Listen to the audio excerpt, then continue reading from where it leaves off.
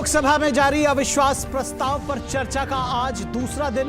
कांग्रेस सांसद राहुल गांधी पर अमेठी की सांसद और केंद्रीय मंत्री स्मृति ईरानी का पलटवार। भाजपा की महिला सांसदों ने स्पीकर से मिलकर राहुल गांधी के व्यवहार की शिकायत की।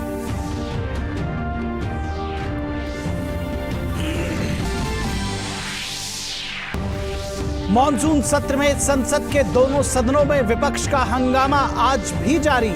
लोकसभा और राज्यसभा की कार्यवाही हुई बाधित। राज्यसभा में सरकार की कई अहम विधेयकों को पारित कराने की कोशिश।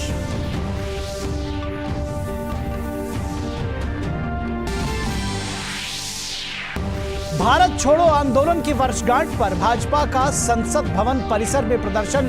अंग्रेजों भारत छोड़ो की जगह भ्रष्टाचार, परिवारवाद और तुष्टीकरण भारत छोड़ो का लगाया नारा। भाजपा नेता रविशंकर प्रसाद ने राजनीति की इन बुराइयों को जड़ से मिटाने का किया आह्वान।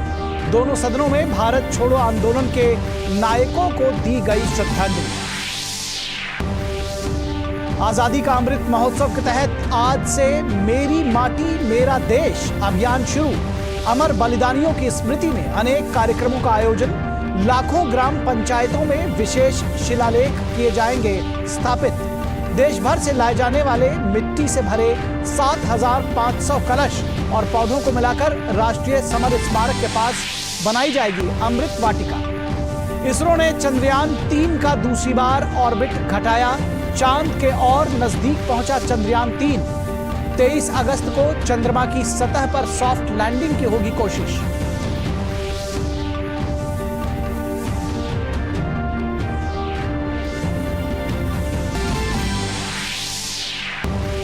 और चेन्नई में एशियाई चैंपियंस ट्रॉफी हॉकी टूर्नामेंट में आज भारत और पाकिस्तान के बीच होगा मुकाबला।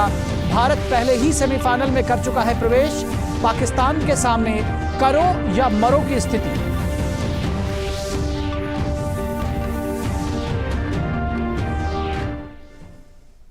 नमस्कार, स्वागत है आपका डीडी न्यूज के इस बुलेटिन में। मैं हूं निखिल सिंह और आइए देखते हैं खबरों को अब विस्तार से।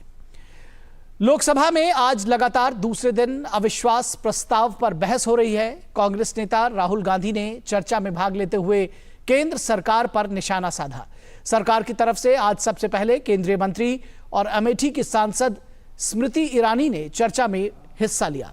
स्मृति ईरानी ने राहुल गांधी के भाषण पर जोरदार हमला बोला। राहुल गांधी के भाषण पर जवाब देते हुए ईरानी ने कहा कि आप इंडिया नहीं हैं। उन्होंने कहा कि राहुल गांधी ने पहली बार सदन में भारत मां की हत्या की बात की और कांग्रेस के सांसद यहां ताली बजाते रहे। यह दिखाता है कि मन में गद्दारी किसके है। आज दिन भर चलने वाली इस चर्चा में इसके अलावा केंद्रीय गृह मंत्री अमित शाह, वित्त मंत्री निर्मला सीतारमण भी सरकार का पक्ष रखेंगे। इससे पहले बहस के पहले दिन यानी मंगलवार को कांग्रेस सांसद गौरव गोगोई ने बहस की शुरुआत की थी। पहली बार राष्ट्र के इतिहास में भारत मां की हत्या की बात की और कांग्रेस पार्टी यहां पर तालियां बजाती रही। जो भारत की हत्या की बात पर कांग्रेस पार्टी ने ताली पीटी आज इस सदन में, इस बात का संकेत पूरे देश को दिया कि मन में गद्दारी किसकी है। लोग कहते हैं कि ये देश है, कोई कहता है ये अलग अलग भाषाएं हैं, कोई कहता है ये जमीन है, मिट्टी है, कोई कहता है ये धर्म है, ये सोना है, ये चांदी है। मगर भाइयों और बहनों, सच्चाई है कि ये देश एक आवाज है। ये देश सिर्फ एक आवाज है। ये देश इस देश की लोगों की आवाज है। और कांग्रेस नेता और सांसद राहुल गांधी ने संसद में कथित अभद्र व्यवहार का मामला गर्मा रहा है। बीजेपी के महिला सांसदों ने लोकसभा अध्यक्ष ओम बिरला से मिलकर राहुल गांधी के व्यवहार की शिकायत की है। अपनी शिकायत में बीजेपी की महिला सांसदों ने लोकसभा की फुटेज निकालकर इसकी जांच कराए जाने की मांग की है। इस मुद्दे पर केंद्रीय मंत्री शोभा करांदलाजे ने कहा कि संसद के अंदर किसी सदस्य द्वारा इस तरह का व्यवहार पहले कभी नहीं देखा गया। पहली बार ऐसे हो रही है, एक मेंबर पार्लियामेंट का अंदर किसी महिला के सामने प्लेन किस दे रहे हैं। ये क्या बिहेवियर है, क्या नेता है वो। इसीलिए हम आज स्पीकर को कंप्लेंट दिया है, सीसी कैमरे से इसका फुटेज लेना एंड मेंबर का ऊपर कार्यवाही करना, ऐसे हम मांग रखे हैं। हम सभी महिला एमपी से ऐसे मांग रखे हैं। वहीं एक और महिला सांसद दर्शना जरदोश ने कहा कि अपना भाषण देने के बाद राहुल गांधी ने जिस तरह से अभद्र व्यवहार किया वो भारतीय संस्कृति के अनुरूप कतई नहीं है। अपना वक्तव्य खत्म करने के बाद में वो किसी की बात सुनना नहीं चाहते थे। उनकी बातें जब उन्होंने खत्म करी, सरकार के प्रति अविश्वास दिखाया और जब स्मृति ईरानी जी ने बोलना शुरू किया, उसी समय उनको लग रहा था कि उन्होंने बाजी मार ली है और विनिंग विक्ट्री के साथ में बाहर निकलते निकलते उन्होंने जो फ्लाइंग किस का जो एक एक्ट किया हमने कभी नहीं देखा। कभी पार्लियामेंट के अंदर आंख मारते हैं, कभी ऐसा अभद्र व्यवहार करते हैं। जो हम महिला सांसद, जो महिला और हमारी भारत की संस्कृति हम अगर बात करें तो हमारे व्यवहार आचरण में ये बात कभी नहीं आती। और राज्यसभा की कार्यवाही आज फिर बाधित हुई। विपक्ष के हंगामे के चलते सदन की कार्यवाही कई बार स्थगित की गई। गौरतलब है कि सदन में आज सरकार की कई अहम विधेयकों को पारित कराने की कोशिश रही है।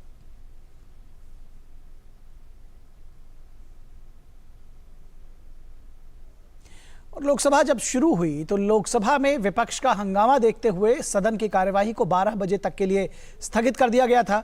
प्रश्नकाल के बीच विपक्ष की नारेबाजी के कारण कार्यवाही बाधित हुई। 12 बजे के बाद सदन की कार्यवाही फिर से शुरू हुई।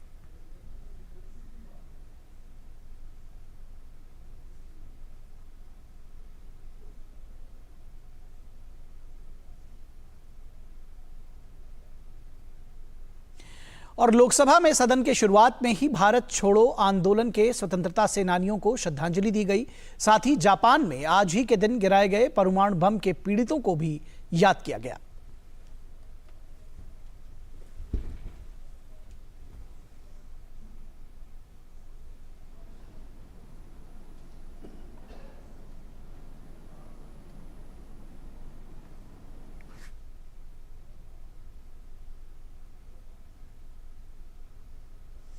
वहीं राज्यसभा में सभापति ने भारत छोड़ो आंदोलन की वर्षगांठ पर भारत की आजादी के लिए संघर्ष करने वाले देशभक्तों को याद किया और सदन में 2 मिनट का मौन धारण कर शहीदों को श्रद्धांजलि दी गई।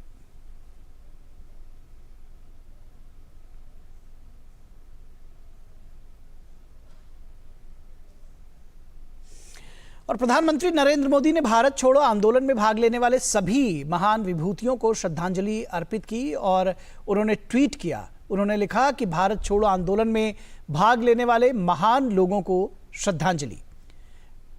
गांधी जी के नेतृत्व में इस आंदोलन ने भारत को औपनिवेशिक शासन से मुक्त कराने में प्रमुख भूमिका निभाई। आज भारत एक स्वर से कह रहा है, भ्रष्टाचार भारत छोड़ो, राजवंश भारत छोड़ो, तुष्टीकरण भारत छोड़ो।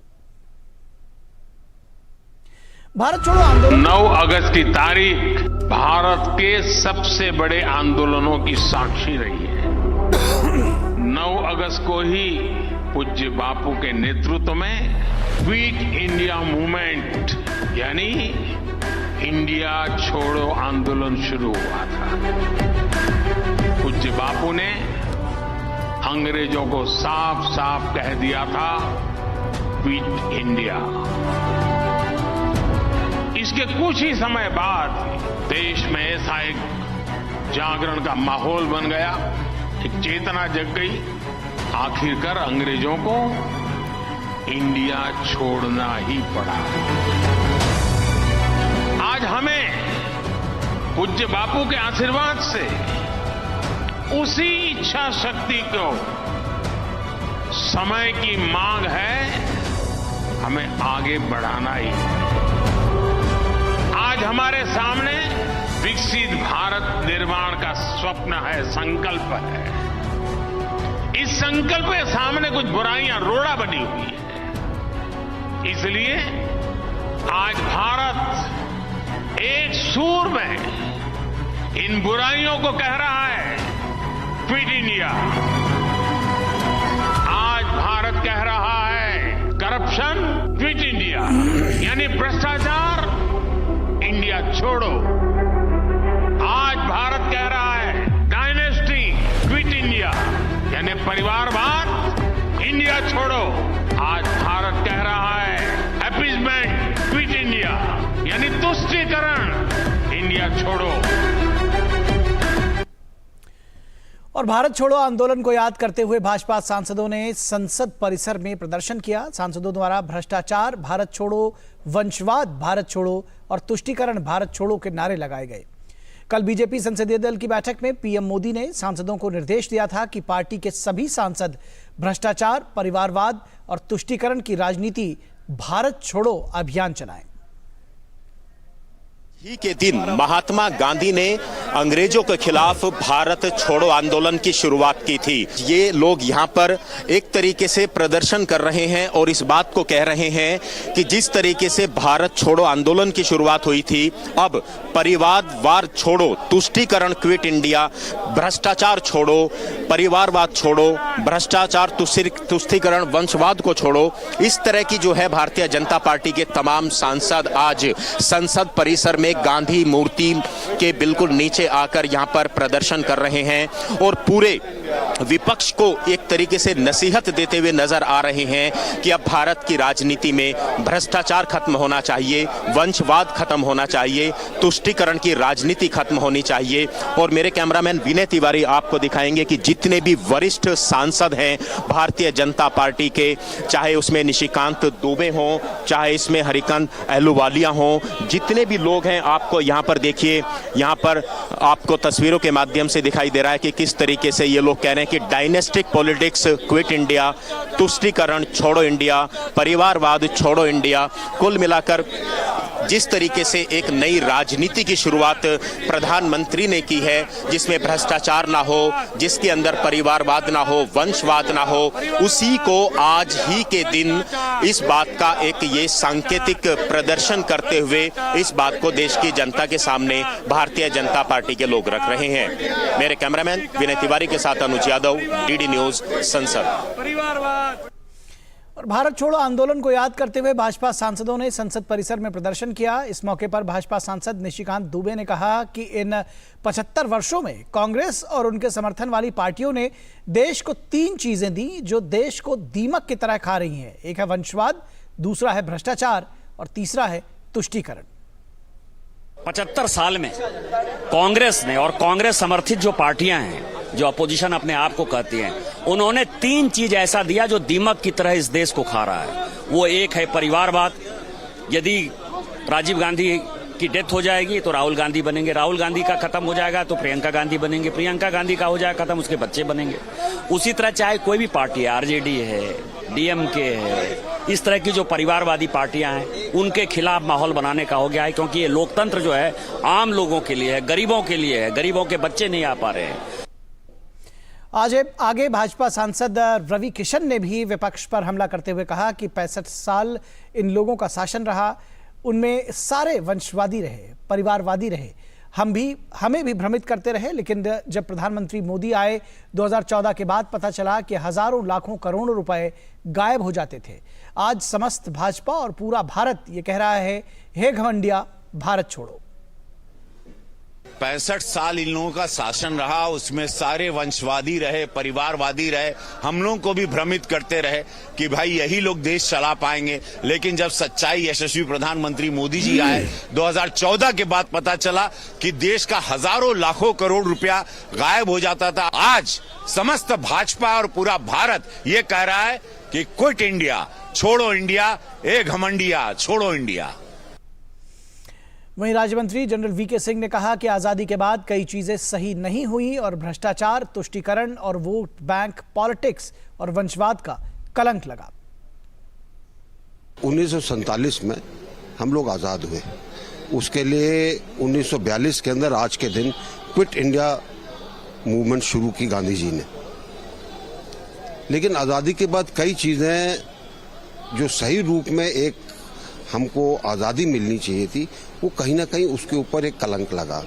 भ्रष्टाचार का, वंशवाद का, तुष्टीकरण का, वोट बैंक पॉलिटिक्स का। अब समय आ गया है, अगर हमको देश आगे ले जाना है, विकसित राष्ट्र बनाना है, तो इनको निकालना है और इसी का आज आह्वान हो रहा है। गृह मंत्री अमित शाह ने अगस्त क्रांति में योगदान देने वाले सभी स्वतंत्रता सेनानियों को विनम्र श्रद्धांजलि दी। अपने ट्वीट संदेश में उन्होंने लिखा कि अगस्त क्रांति गांधी जी के भारत छोड़ो नारे के साथ शुरू हुई और धीरे धीरे एक जन आंदोलन में परिवर्तित हुई। गांव से लेकर शहर तक लोग विदेशी हुकूमत के विरुद्ध सड़कों पर उतरे। गुलामी की बेड़ियों से मुक्ति की भावना पूरे देश में सशक्त हुई और स्वतंत्रता का मार्ग प्रशस्त हुआ। इस क्रांति में स्वयं को तपाने वाले सभी स्वतंत्रता सेनानियों को विनम्र श्रद्धांजलि देता हूं। और बीजेपी नेता रविशंकर प्रसाद ने प्रेस कॉन्फ्रेंस की और कहा कि आज के दिन महात्मा गांधी ने 1942 में अंग्रेजों भारत छोड़ो का नारा दिया था और क्विट इंडिया मूवमेंट की शुरुआत हुई थी। प्रधानमंत्री ने आह्वान किया है कि जिनमें 3 बातें कही गई हैं, परिवारवाद भारत छोड़ो, भ्रष्टाचार भारत छोड़ो और तुष्टीकरण भारत छोड़ो। आज जब भारतवर्ष अपने अमृत काल में प्रवेश कर गया है और 2047 में 2047 में अपनी आजादी के 100 वर्ष पूरे करेगा, तो हमारे लोकप्रिय प्रधानमंत्री नरेंद्र मोदी जी ने एक बहुत बड़ा आह्वान किया है। जब अमृतकाल 75 ईयर्स चल रहा है, उन्हें 3 आह्वान किया है। परिवारवाद भारत छोड़ो, भ्रष्टाचार भारत छोड़ो, तुष्टीकरण भारत छोड़ो।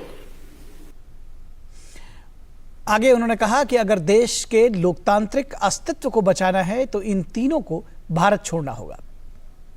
देश के लोकतांत्रिक अस्तित्व को बचाना है तो इन तीनों अभिशाप को भारत छोड़ना पड़ेगा। अगर देश के राजनीति में शुचिता लानी है तो इन तीनों अभिशाप को भारत छोड़ना पड़ेगा। देश के लिए अपने प्राण न्यौछावर करने वाले वीरों को श्रद्धांजलि देने के लिए आज से मेरी माटी मेरा देश अभियान शुरू होने जा रहा है। इसके तहत देश के अमर बलिदानियों की स्मृति में कई कार्यक्रम आयोजित किए जाएंगे। इन विभूतियों की स्मृति में देश की लाखों ग्राम पंचायतों में विशेष शिलालेख स्थापित किए जाएंगे। देश भर में अमृत कलश यात्रा भी निकाली जाएगी। हर गांव के कोने कोने से 7500 कलशों में माटी और पौधे लेकर अमृत कलश यात्रा राजधानी दिल्ली पहुंचेगी। 7500 कलशों से आने वाली मिट्टी और पौधों को मिलाकर राष्ट्रीय समर स्मारक के पास अमृत वाटिका बनाई जाएगी। यह अमृत वाटिका एक भारत श्रेष्ठ भारत का भव्य प्रतीक बनेगी। 30 अगस्त को नई दिल्ली स्थित कर्तव्य पथ पर भव्य आयोजन के साथ इस अभियान का समापन किया जाएगा। यह अभियान आजादी का अमृत महोत्सव के समापन का कार्यक्रम है जो 12 मार्च 2021 को शुरू हुआ था। और भारतीय स्वतंत्रता संग्राम के 75 वर्ष पूरे होने पर पिछले वर्ष पूरे देश में स्वतंत्र अमृत महोत्सव अभियान लागू किया गया था। अभियान का समापन मेरी माटी मेरा देश यानी मेरी मिट्टी मेरा देश अभियान के साथ हो रहा है। आज मुंबई के अगस्त क्रांति मैदान में राज्य के मुख्यमंत्री एकनाथ शिंदे, उप मुख्यमंत्री देवेंद्र फडणवीस, उप मुख्यमंत्री अजित पवार इस कार्यक्रम में शामिल हुए। इसके साथ ही अगस्त क्रांति मैदान में प्राचीन वास्तुकला के विभिन्न कार्यों का उद्घाटन भी किया गया। अगस्त क्रांति मैदान में आयोजित मुख्य समारोह में केंद्र सरकार द्वारा तय किए गए निर्धारित पैटर्न के शिला फलकम का अनावरण किया गया। इसके साथ ही स्थान पर वसुधा वंदन के तहत वृक्षारोपण भी किया गया और पंच प्राण प्रतिज्ञा भी ली गई। इस कार्यक्रम में स्वतंत्रता सेनानियों को भी सम्मानित किया गया। इस अवसर पर बृहन मुंबई नगर निगम की पुरावशेष संरक्षण इकाई ने अगस्त क्रांति मैदान और उसके आसपास के क्षेत्र की प्राचीन विरासत को संरक्षित करने का काम किया है। मेरी माटी मेरा देश अभियान के तहत बृहन मुंबई नगर निगम ने भी 9 से 14 अगस्त तक मुंबई में विभिन्न गतिविधियों का आयोजन किया है।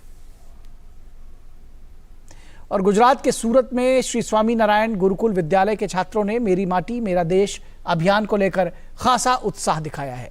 छात्रों ने मानव श्रृंखला के साथ भारत का मानचित्र बनाया। छात्रों ने पौधारोपण का संकल्प लेते हुए पर्यावरण जागरूकता पर भी संदेश दिया।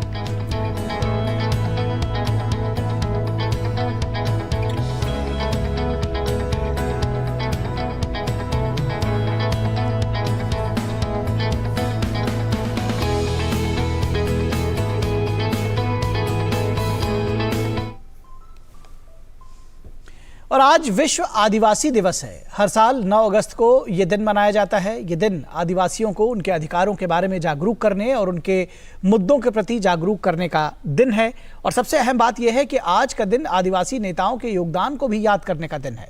खासतौर पर पर्यावरण संरक्षण जैसे मुद्दों पर आदिवासी लोगों की भागीदारी सराहनीय रही है। आदिवासी आबादी के अधिकारों को बढ़ावा देने और उनके मुद्दों पर ध्यान खींचने के लिए दुनिया भर में आदिवासी दिवस मनाया जाता है। संयुक्त राष्ट्र महासभा द्वारा 1994 में इस दिन की घोषणा की गई थी। आज के दिन आदिवासी लोगों की उपलब्धियों और उनके योगदान को याद किया जाता है। भारत में आदिवासी आबादी अनुसूचित जनजाति के तहत आती है। इसी के तहत देश की आदिवासी आबादी के उत्थान के लिए सरकार की तरफ से कई तरह की मदद और सुविधाएं मुहैया कराई जाती हैं। भारत सरकार ने पिछले कुछ वर्षों में आदिवासी समुदाय के लिए कई योजनाएं चलाई हैं। सरकार ने आदिवासी युवाओं की शिक्षा के लिए देश भर में एकलव्य मॉडल आवासीय विद्यालय बनाने की घोषणा की है। इसके साथ ही सरकार ने अनुसूचित जनजाति के युवाओं के लिए उच्च शिक्षा में छात्रवृत्ति की सुविधा भी शुरू की है। इसके अलावा जनजातीय आबादी वाले गांवों के विकास के लिए पीएम आदि आदर्श ग्राम योजना भी चल रही है। केंद्र सरकार राज्यों को भी जनजातीय क्षेत्र में विकास के लिए बजट मुहैया कराती है।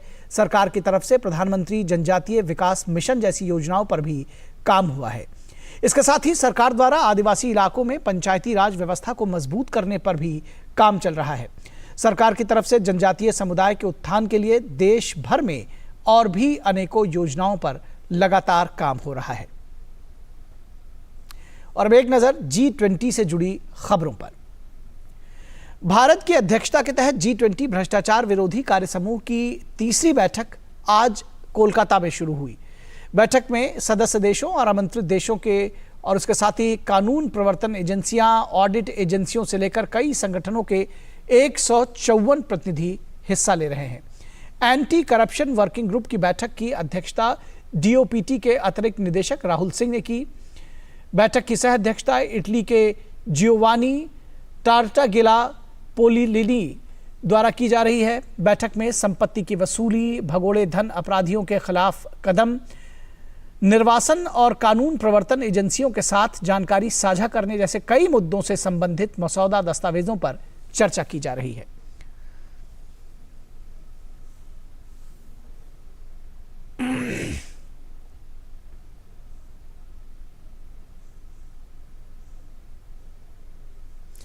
भ्रष्टाचार विरोधी कार्य समूह भ्रष्टाचार के खिलाफ वैश्विक लड़ाई को मजबूत करने के लिए सर्वश्रेष्ठ नीतियों को आकार देने के साथ ही अंतर्राष्ट्रीय सहयोग को बढ़ावा देने के लिए एक अहम मंच के रूप में काम करता आया है। कोलकाता में आयोजित बैठक में भ्रष्टाचार के खिलाफ अंतर्राष्ट्रीय लड़ाई को मजबूत करने के G20 एजेंडे को और गति देने का काम किया जा रहा है।